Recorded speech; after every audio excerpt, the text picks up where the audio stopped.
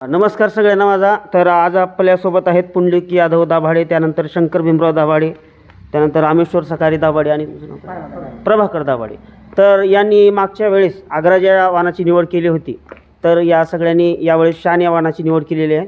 तर जाणून घेऊयात त्यांच्या प्रतिक्रिया. सर्वप्रथम आपण पुंडलिक यादव दाभाडे यांच्याकडून जाणून घ्या. सर सांगा तुमची काय प्रतिक्रिया आहे? मागच्या वर्षी आग्रा सीटचं जे लावलं होतं वाहन आपण ते चाऱ्याकरता खूप चांगलं आहे आणि कणसाला पण चांगलं आहे.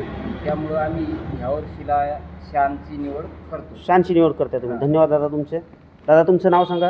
रामेश्वर सकारी दाभाडे. ओके, पूर्ण माहिती द्या. तुमचं गाव पूर्ण माहिती. मुक्काम सोनारी पोस्ट निधन तालुका फुलंब्री. ओके, तुम्ही पण या वाहनाची प्रथमच निवड केली यावर्षी शान. म्हणजे कसा आहे आणि रिझल्ट तुम्हाला पाहायचा आहे, बरोबर.